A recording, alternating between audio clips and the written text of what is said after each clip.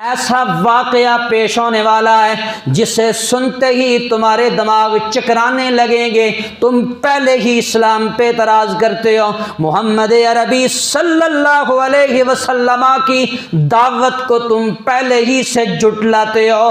کہیں ایسا نہ ہو کہ ان کے جھٹلانے کی وجہ سے بعض نئے مسلمان ہونے والے کچے ذہن بھی ان کی باتوں میں آ جائیں، لہٰذا نبی مکرم صلی اللہ علیہ وسلم کے چاہنے والوں ذرا غور کرنا کہ محمد عربی کا دعویٰ نہیں ہے کہ میں گیا ہوں، بلکہ میں محمد کا رب ہو کر قرآن میں یہ کہہ رہا ہوں کہ محمد خود نہیں گئے، اسریٰ بعبدہ، مجھ رب نے محمد کو سیر کرائی ہے۔ محمد عربی کا دعویٰ نہیں ہے، فرمایا اسریٰ بعبدہ لیلا من المسجد الحرام الی المسجد الاقصی، ہم نے سیر کرائی ہے مسجد حرام سے مسجد اقصی تک، ہم نے۔ تو دعویٰ کس کا ہے؟ رب کا۔ دعویٰ کس کا ہے؟ رب کا۔ بندے کا دعویٰ ہو، نبی خود دعویٰ کرے تو دلیل چاہیے ہوتی ہے، لیکن جب رب دعویٰ کرنے والا ہو اور رب کسی کی فضیلت و شرف کا اعلان کرنے والا ہو تو پھر دنیا میں کسی ماں نے ایسا کوئی جنم ہی نہیں دیا کہ جو رب کی قدرت کا انکار کرے۔ سبحان اللہ۔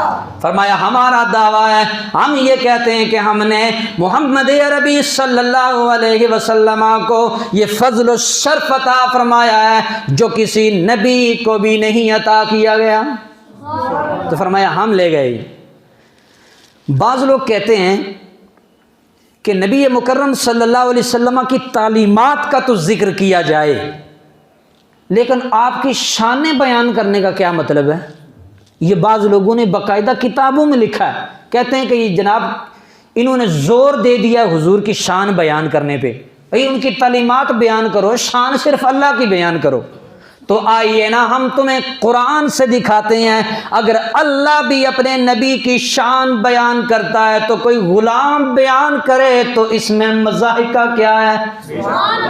ہاں جی بتائیے کہاں اللہ نے قرآن میں نبی کی شان بیان کیا ہے؟ میں کہتا ہوں آنا پڑھ سورۃ الکوثر 30واں پارہ، رب فرماتا ہے اِنَّا أَعْطَيْنَاكَ الْكَوْثَرَ، اور محبوب کریم آپ کی عزت یہ ہے، آپ کا شرف یہ ہے، آپ کا رتبہ یہ ہے، آپ کی فضیلت یہ ہے کہ ہم آپ کو خیر کثیر عطا کر رہے ہیں۔